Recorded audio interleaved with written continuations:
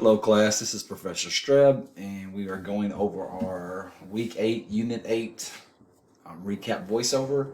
This is caring for the patient with a tracheostomy and common oxygenation problems. If you look at the unit 8 portion of your syllabus, you'll understand that it talks about needing to understand oxygen therapy, which is the different types of delivery devices, what the percentage of air delivered is, when you should use them, things like that. We also talk about tracheostomies, obstructive sleep apnea, upper airway obstructions, traumas, asthma, COPD, surgeries, test tubes, influenza, pneumonia, SARS, TB, and like a PE. So we're going to cover all of these. In lab this week, we talked about breath sounds. We talked about the need to auscultate breath sounds for your lab. Starting at the trachea, you listen to tracheal breath sounds. That's your upper airway. Then your bronchial breath sounds, those are breath sounds over the trachea and larynx, and they're usually kind of high-pitched. From bronchial, you'll go to your bronchial vesicular as you move down, and then your vesicular will be more towards the bases. It's important to understand that these words actually have meanings, and that bronchial, vesicular, and vesicular breath sounds are what normal breath sounds should be. So, something to think about. Oxygen therapy, there's a lot to think about with oxygen therapy. What you have to do is really look at your patient first and see what they need. You know, if they are struggling for air, there's air hunger, their inability to kind of maintain their saturations, or their vital signs are a little bit off, if they're confused or agitated, something like that. Those are pretty good. Confusion and agitation are early signs of hypoxia. And just let you know that you can do something about it. So what are you going to do with sleep? You know, when you think about oxygen therapy, we're going to think about how to deliver oxygen. If you think about room air is about 22% oxygen, if you will. When you start moving down to like your nasal cannula, it can go 24, percent oxygen up to, depending on how far you go with your liter wise. So it's just important to understand that you have different devices to deliver oxygen. You usually start with the least invasive first, and then work your way to the most invasive, which would be like a bag valve mask or being intubated. So that's not where we want to be. Keep in mind that something like a nasal cannula can only go so high, usually around 6 liters is about as far as it ever goes. Once you start getting above 4 liters, though, humidification of oxygen is typically needed to prevent any kind of tissue injury, because that non-humidified dry air will cause breakdown of the tissue, cause it to get cracked and bleed. If you're trying to dial in a certain percentage of oxygen, you'll go with your Venturi mask. Your Venturi mask provides the most accurate oxygen delivery on the high-flow oxygen devices. You can actually dial in 40, 50, 60, 80%, depending on what the doctor orders. The rest of them is a guess on what the percentage is, but the Venturi mask gives you an accurate percentage of oxygen. And then lastly, when you're thinking about your non-invasive positive pressure ventilation devices, when you're doing a bag valve mask, you're trying to force air into a patient who's not breathing on their own. The risk that you have to worry about there is aspiration. If you're pushing too hard and you're pushing air into their belly, you could cause abdominal distension.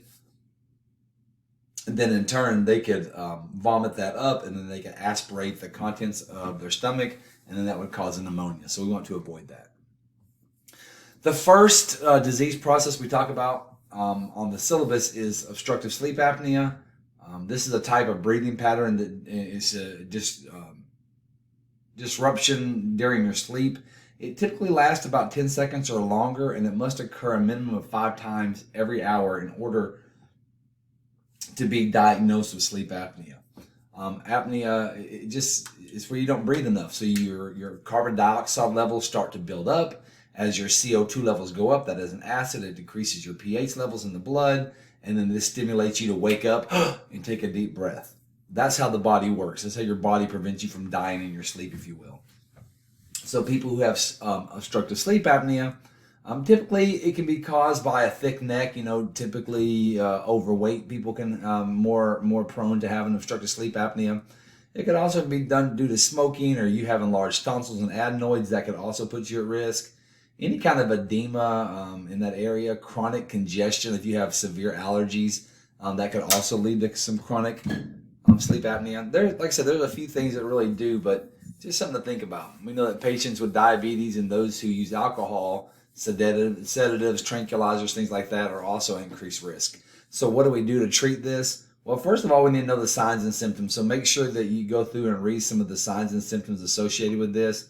A lot of times you'll have a partner, a spouse saying that they can't sleep through the night because their partner snores so loud that it becomes very irritating. You know, they can hear you through the walls. They might send you to a different room to sleep on the couch or something. They might report that you wake up just irritable and always tired because you're not getting good quality sleep. You might fall asleep during commercials, or if you're sitting in a car riding somewhere, that might make you fall asleep as well. So these are things to be paying attention to. How do we treat this?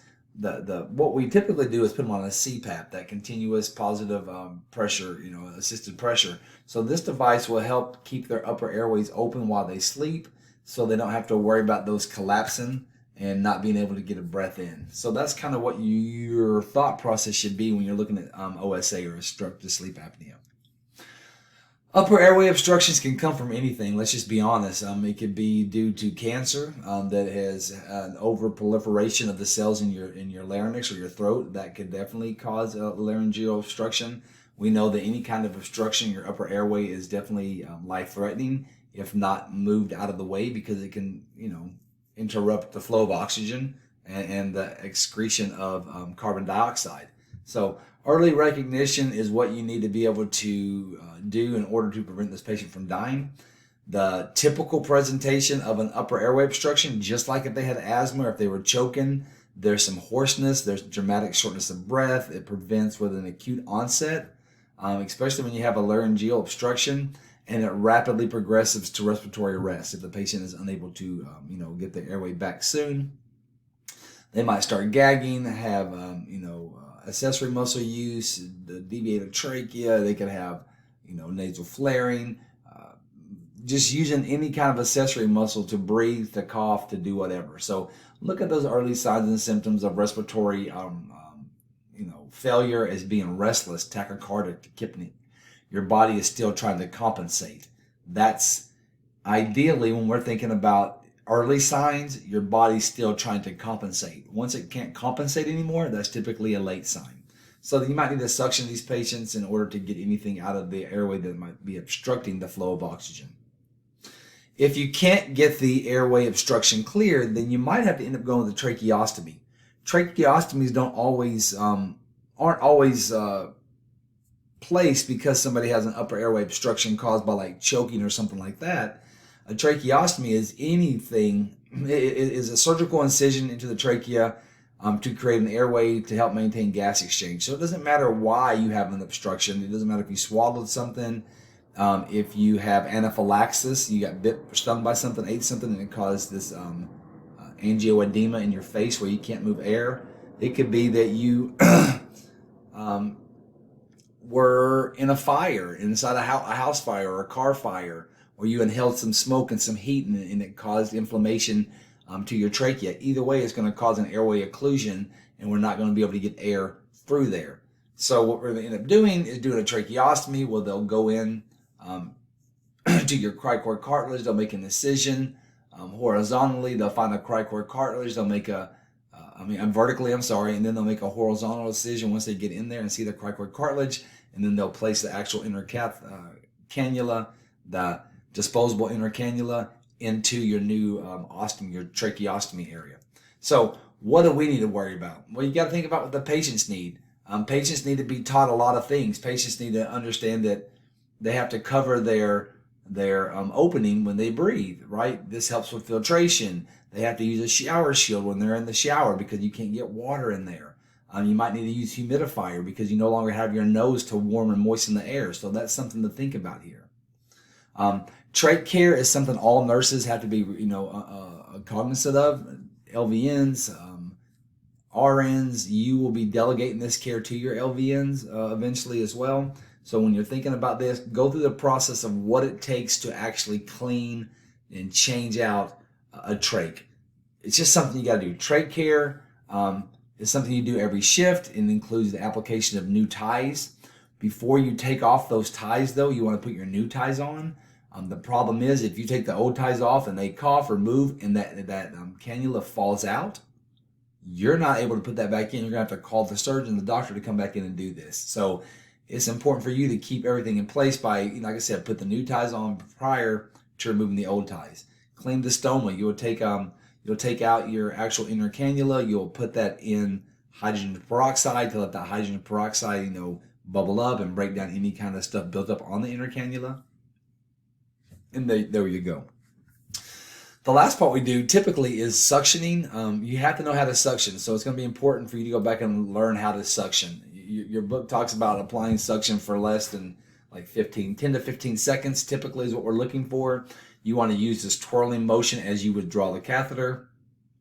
Let them know that there will be some shortness of breath because you are not only suctioning secretions, but the oxygen levels come out with it. So be aware of this. You'll want to pre-oxygenate before you do it. So understand what your job is with tracheostomy care, how to remove the cannula, how to set the sterile field, how to clean the stoma and tracheal, the plates, how to change your gloves correctly and secure the new ties before you put the new dressing on, and remove the old dressing. Just be aware of what the steps are, what your job as a nurse is with trach care, and you should be okay. All right, another upper airway, moving down to lower, depending on where we're at, upper airway, here we go. We'll talk about asthma. And asthma is an inflammatory disorder of the airways, as you can read right here on the screen. It's noted by wheezing.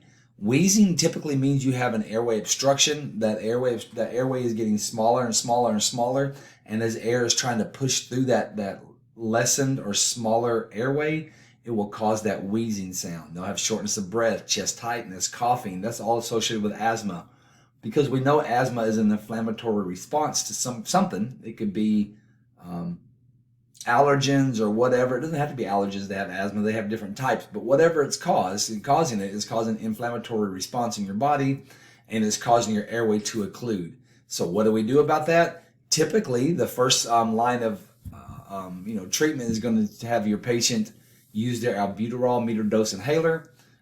It should have a spacer on it, and they need to be instructed how to use it. Talk about breathing in slowly and then deeply after releasing the medications. You're trying to get that around. We know that bronchodilators also can cause a headache, dry mouth, cough, and hoarseness. These are just things to know about. So when your patient is prescribed some of these new medications, talk about dry mouth or other things like that might be problematic and that they might need some teaching on in order to feel confident in their new medication regimen. We might also have to put them on some kind of steroids. Usually they'll go on some kind of, some kind of corticosteroid. Solumedrol dose pack is typically what our patients end up seeing. We know that when they take corticosteroids, they can get thrush in their mouth, which is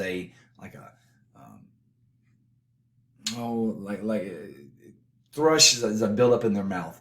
In order to avoid getting that thrush or that yeasty type feel in their mouth, they're going to have a spacer. That's the whole point of the spacer.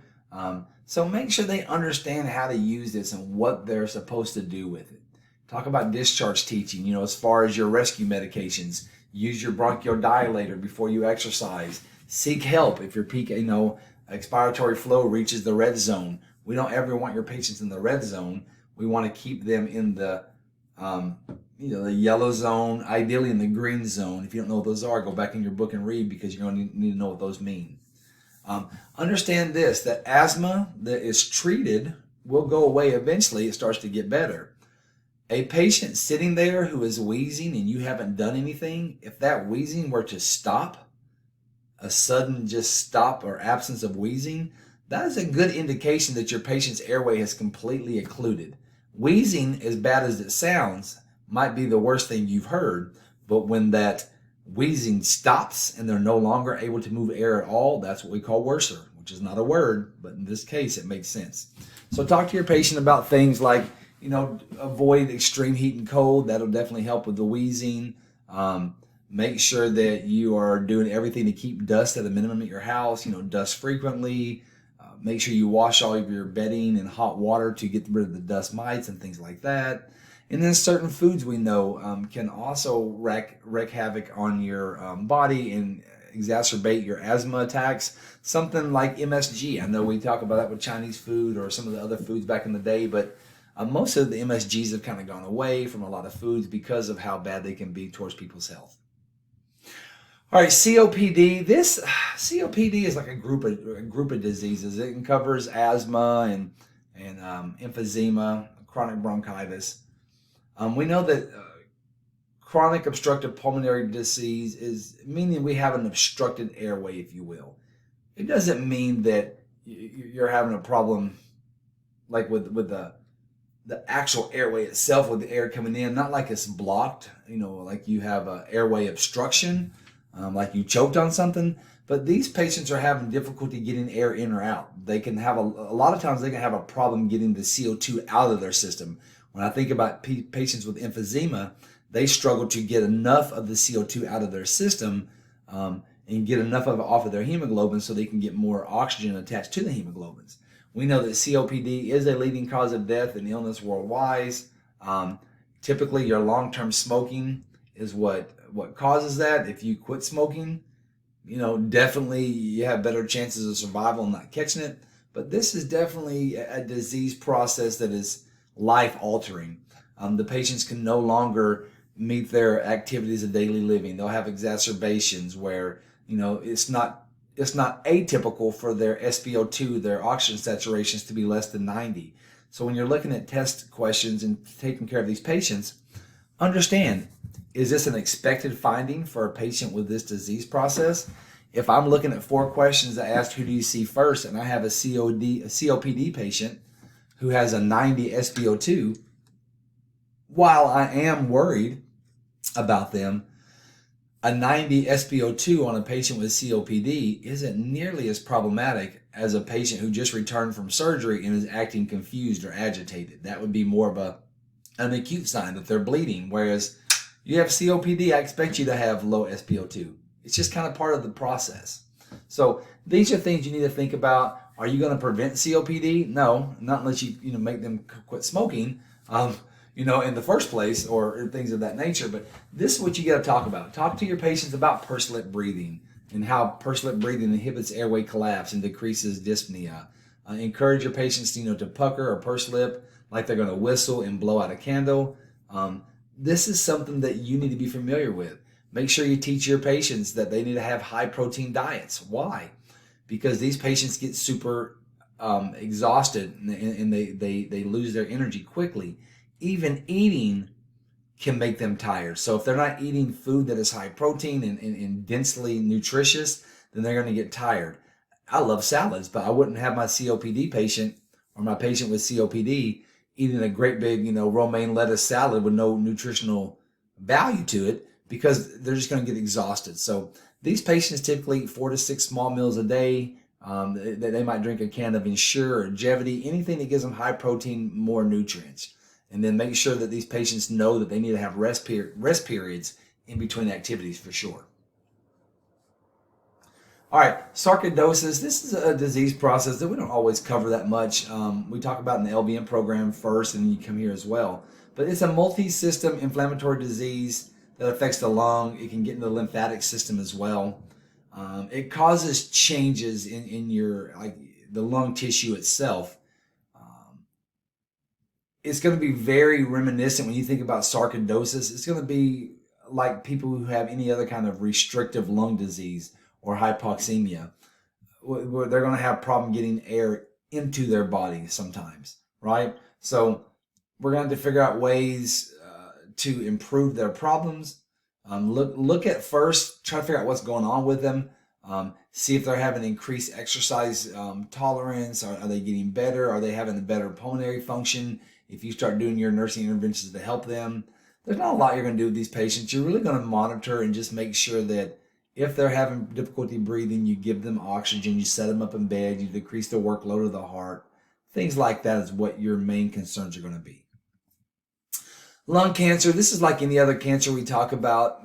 Cancer is the replacement of good, healthy cells with, cancerous cells. It's an overproliferation of cells. So when these cells start to grow rapidly, they're not as healthy as they should be. There's deformities and there's problems with the tissue. So it's just not as effective. When you start replacing healthy lung tissue with cancerous tissue, you don't get good gas exchange anymore. So these patients, we're going to think about quality of life. It really depends on where they're at, how the diagnosis is. Like a stage 1 lung cancer that hasn't metastasized anywhere is typically better at being treated and you have a good prognosis afterwards.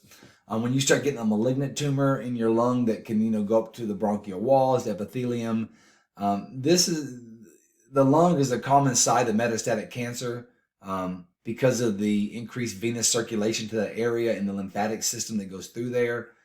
We know that cigarette smoking is probably the #1 cause of lung cancer. So, most of the diseases in the book, if you look at them, are caused by us. We are our own worst enemy. The crap we eat, drink, ingest, smoke, whatever, typically leads to our demise. So when you're looking at lung cancer, you're going to look for, changing cough, dyspnea, wheezing, a lot of sputum production, chest pain, things like that, getting anorexic. They're always tired or fatigued.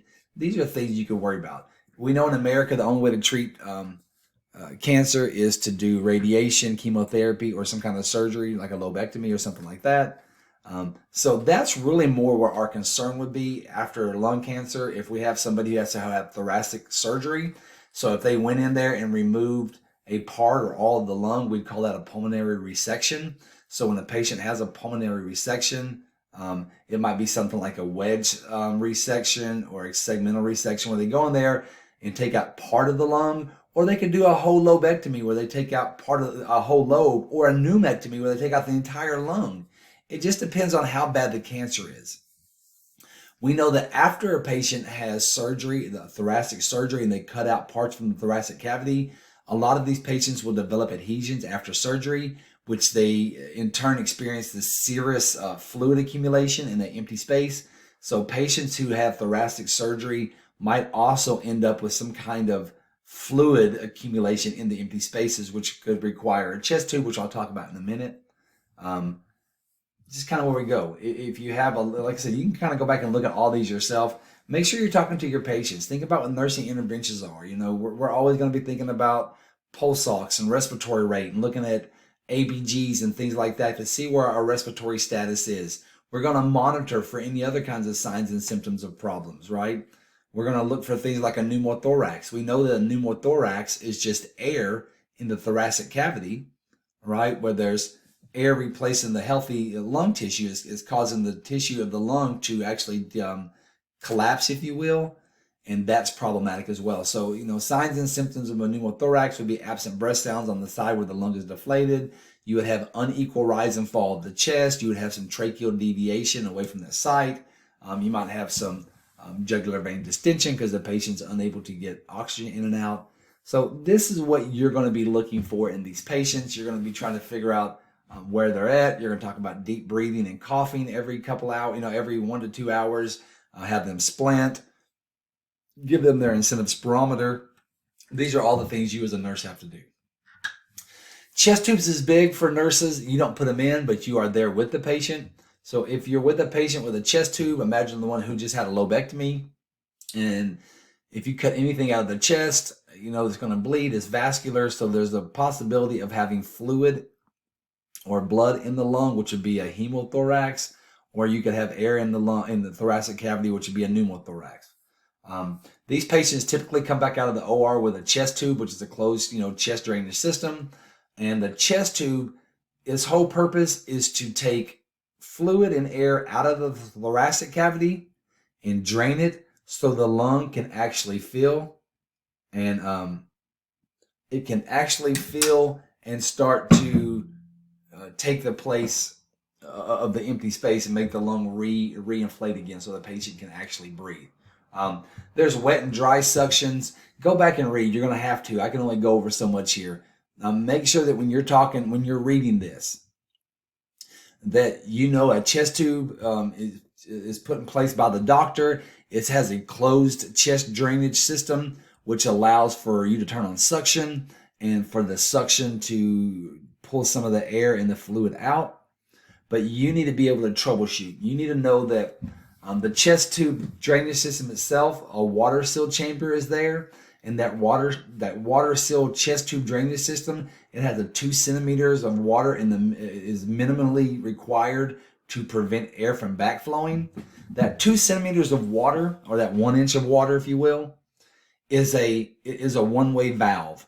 Just like you can go under the water and you can blow out, and the bubbles will come from your lungs and they'll go through the water and they'll go all the way up to the top and they'll come out of the water. You can do that.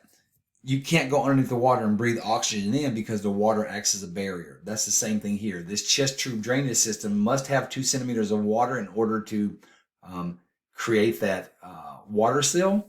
We know that bubbling of water in the water seal chamber is normal at first. When you first put in a chest tube, you're going to see that bubbling because the air is starting to escape the thoracic cavity. But we know that bubbling in the water seal chamber that is, very vigorous, a new onset of bubbling, that is usually indicative of some kind of air drainage, some kind of leak in the system. So you need to be out there looking constantly, trying to figure out what's going on. Make sure that you know that if you move the drainage system for any reason, it needs to stay below the level of the client's chest because we don't want it to drain back in. We want to make sure that the extra tubing is coiled in the bed so the patient doesn't roll over on it or clamp it or crinkle it up so they don't get increased pressure in the thoracic cavity. There's a lot going on here. If you notice that your tube is starting to get clogged, you squeezing the tube down its length to prevent clotting within the tube is what you would do. So go back and read your book, see what your job as a nurse is, what the signs and symptoms are, and what you need to be aware of and how you're going to troubleshoot a chest tube. That's kind of what's on this one. You know that the chest tube is supposed to drain. That's what it's there for. If the drainage stops abruptly and the lung sounds are still diminished on one side, there's still unequal rise and fall, that the lung has not inflated all the way yet, drainage that stops is usually problematic. When you get into 265 in the next couple quarters, you will get more you'll get more information about the chest tubes and what your role is. So go back and look at a patient. Make sure the patient understands what's going on. Understand you're looking for difficulty breathing. You're checking for alignment of the trachea, equal rise and fall of the chest, breath sounds on both sides. Kind of going from there. Go back. You can look at this as well. Like I said, there's a lot of information on here that you can look at. Know that you're assessing for bubbling, gentle bubbling. That is good, especially if they're coughing or breathing or moving over, something like that. Tidling, that is normal. That's when the water goes up and down in the water seal chamber when they breathe. But things that you need to be cognizant of is like tracheal deviation from midline. That would be a good sign that the lung is collapsing, or a sudden onset of dyspnea. O2 sat drops below 90. Your drainage is more than 70 an hour. You can go back in your book and look at that. That's more 265, but these are things you need to be aware of. Your job as a nurse, keep the tubing on the bed, keep it free of links. Don't pull on the tubing. Do not knock it over, the drainage system itself. Make sure your patient is aware they need to cough and deep breathe every couple hours. Encourage range of motion on the side where the chest tube is inserted. It is easy for those muscles in the shoulder to kind of start to atrophy if you don't move them around enough because it is painful. Talk about splinting like you would if somebody had a heart attack or a chest surgery. Give them a pillow to cough with. Make sure their pain is at a minimal level so they can cough and deep breathe. These are your job. This is what you got to do. And then make sure you troubleshoot. You need to look for clots in the lines. If you see a clot, like I said, don't strip it. You want to do a squeezing hand over hand motion along the tubing. This helps release the tubing. When you release the tubing between squeezes, it helps move the clot down the tubing into the drainage system and not push it back into the lung itself. Make sure that you're always checking. If there's anything wrong with your patient, if their O2 sats are going down, whatever, go check the patient first. Start at the patient. See that they're okay. If you don't find anything obvious, start at the tube. Look at the insertion site. If the tube fell out or if it came disconnected, it would depend on where we're at. So if the whole tube comes out, you would want to put an occlusive dressing over the insertion site. And we know that an occlusive dressing is anything that prevents air from coming in and out. So it could be Vaseline gauze, it could be a piece of plastic, whatever. You would tape that over the insertion site where the tube fell out, and that would be your occlusive dressing. And then call the surgeon if the patient needs it back in. Assess your patient. If all of a sudden it comes out and you listen to their lung sounds and they're not diminished on each side, they sound good, there's no crackling, there's no diminished breath sounds, there's no tracheal deviation, the patient's O2 sats are up, they're probably going to be okay. So just make sure that you're out there assessing your patient. If the tube itself becomes disconnected from the drainage system, you need to go get a new drainage system and reconnect it. However, in the meantime, if you place the end of your drainage system into a bottle of like sterile water or sterile saline, that would be fine too, because it would still be a water cell.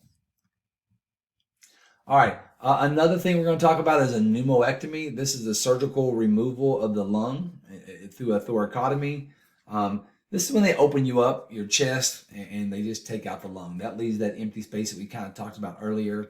I think we've already covered this on some level. It's something you can look at, but the patient's going to have difficulty breathing and coughing and clearing their throat. You're going to have to teach them how to deep breathe and cough and use their incentive spirometer, but they are going to have that pillow so they can splint, because it's going to hurt super, super bad.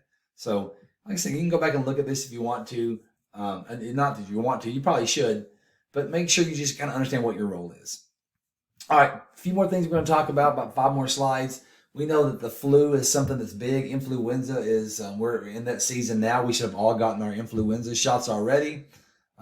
So we know that influenza is the flu. It's something that we kind of take for granted, I think, a lot of times. When people get the flu, it's typically a generic term. You're like, oh, I think I got the flu, without actually being diagnosed with the flu. But the flu is an actual disease that we can look up, right? And we can see what it is. Most people who have the flu have, chills, body aches, that coughing, sneezing, fever, fatigue. You've had it. We've all had it at some point. But what we do as nurses is try to figure out how to prevent stuff. So we need to think about our high-risk patients, persons who are over the age of 65, people who live in nursing homes, a SNF or an LTAC, something like that.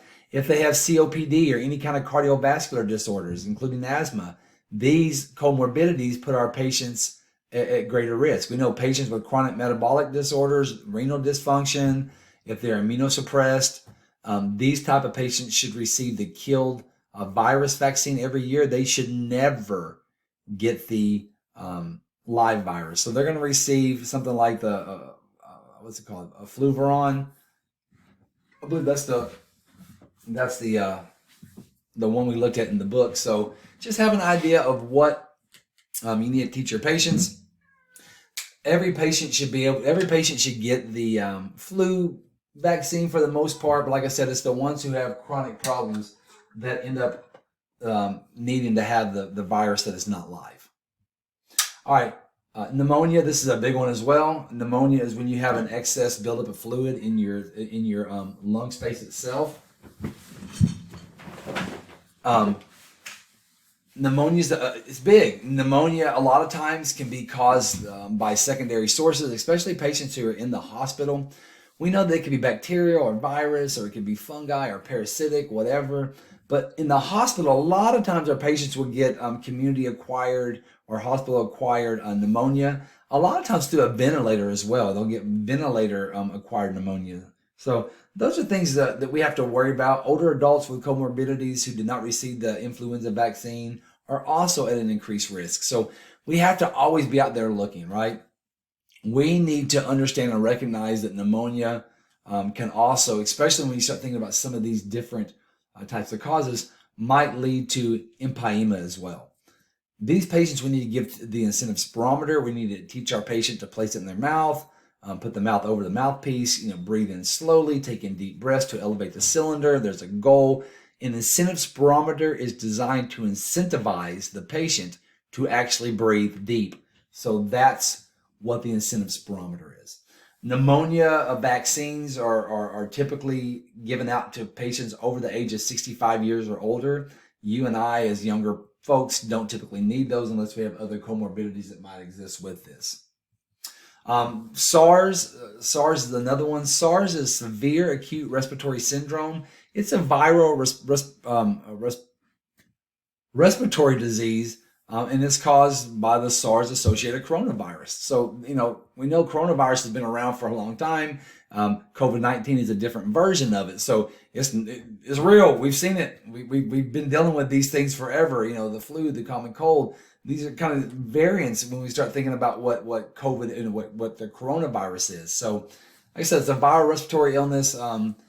It's caused by droplet transmission. When you're directly close to somebody, you run the risk of it. That's what makes COVID-19 so difficult as well. It's because we have to be close to one another. And as we start getting colder, this is the time of year, so I'm imagining we'll see all of these go up. Influenza, pneumonia, SARS, COVID-19, they're all going to go back up again because of where we're at. And the fact that we're going to be inside more. We're not going to be outside in the beautiful warm weather. We're going to be cold, huddling around each other. The holidays, this is the worst time of the year for people to get respiratory problems.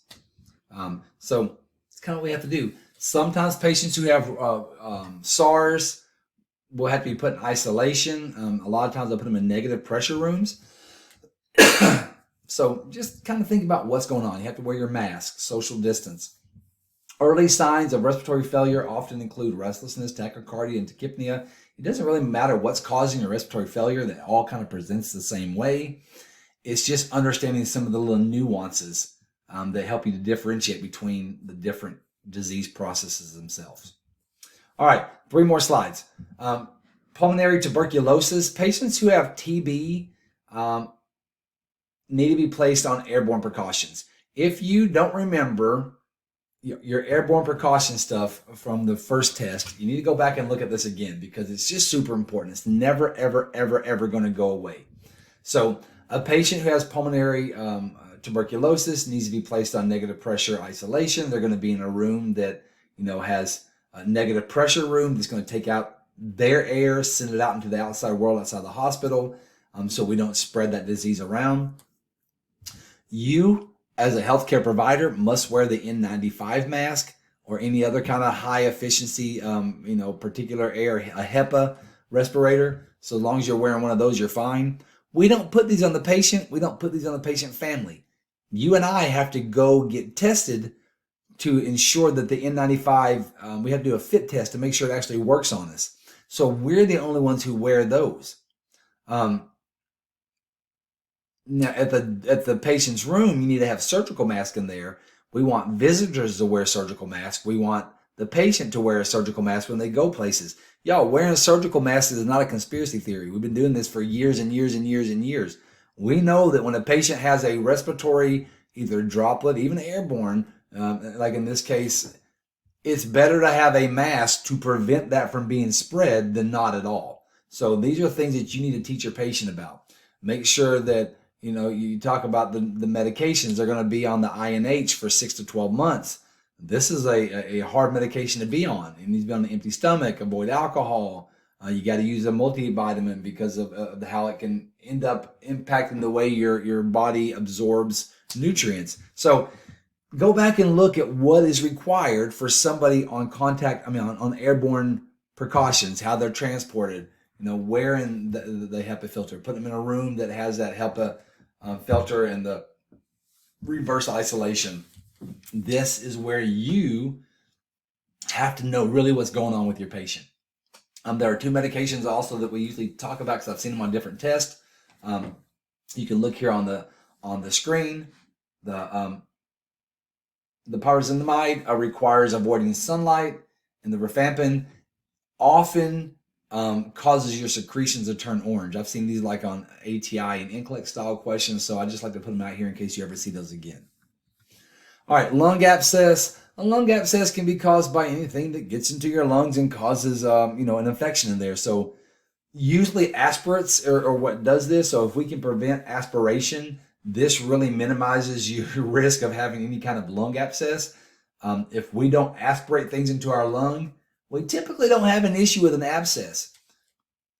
If they do have something going on, if you have a patient who, let's say, has a neurological disorder where their Glasgow Coma scale is low, like less than 8, a lot of the times we will intubate these patients. Early intubation in patients who have the inability to protect their airway. Like I said, if you have a Glasgow Coma scale of less than 8, intubate. That's what we always say in trauma. This will help prevent massive aspiration, their cough, gag reflexes. As long as they're not there, we might want to go ahead and intubate this patient to avoid them aspirating and in turn getting lung abscesses. Keep your patient, semi-Fowler's position or higher so they don't aspirate. Make sure that you reposition them often. And then do your oral and dental care as you should. Make sure you suction correctly and do those kind of things. All right, the last thing we have going on is pulmonary emphysema. This is a big one. So patients commonly experience respiratory acidosis as well as retractions and asymmetric chest expansion when they have this disease. Why, when we think about emphysema, what's going on with these patients, they have progressive dyspnea on exertion, meaning that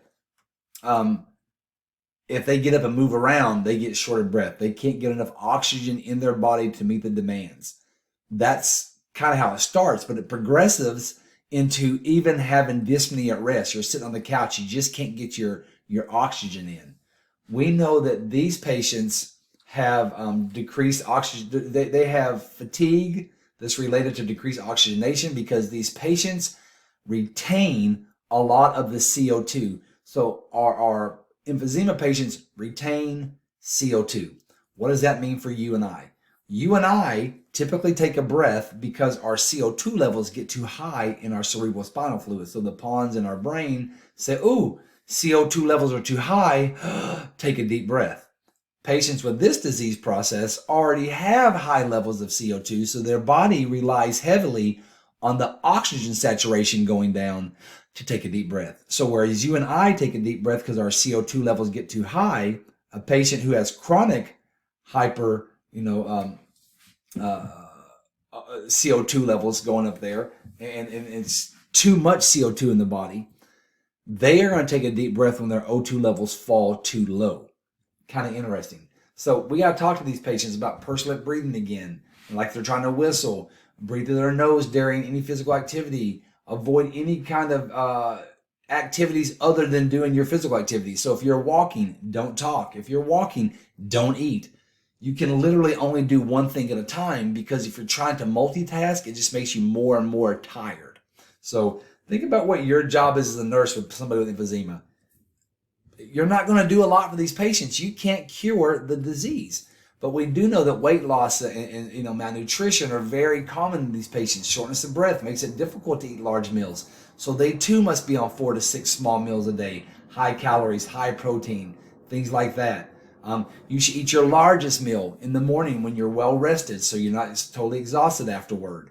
Things like that. That is your job. Make sure you position your patient correctly so you can optimize their respiratory exertions.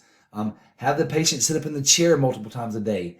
Your patients with emphysema, COPD, they typically don't sleep in bed. They sleep in a chair, or they sleep sitting up in bed with a bunch of pillows behind them. So you need to be aware of what this looks like. Know that since your patient has a lot of CO2 in their system, they're going to have a lot more acid, so they're going to have a low pH balance. They're going to have an increased CO2 levels. These patients are in chronic respiratory acidosis, and it's just where they're going to be at. And they're going to have low oxygen levels. Like I said, with a PO2, like with a SpO2, your regular SpO2 levels with your, you put your vital signs, it's going to be low anyway, typically less than 90. But your PaO2, which is what we talk about with your ABGs, is like 80 to 100. Even those, your partial arterial oxygenation can be in the 60s and 70s because they're just so chronically ill. So make sure you go back and you look at what the signs and symptoms are and what the nursing interventions are, and you should be just fine. If you have any questions, please do not hesitate to ask me. Send me an email and we'll be good to go. All right, y'all have a great day.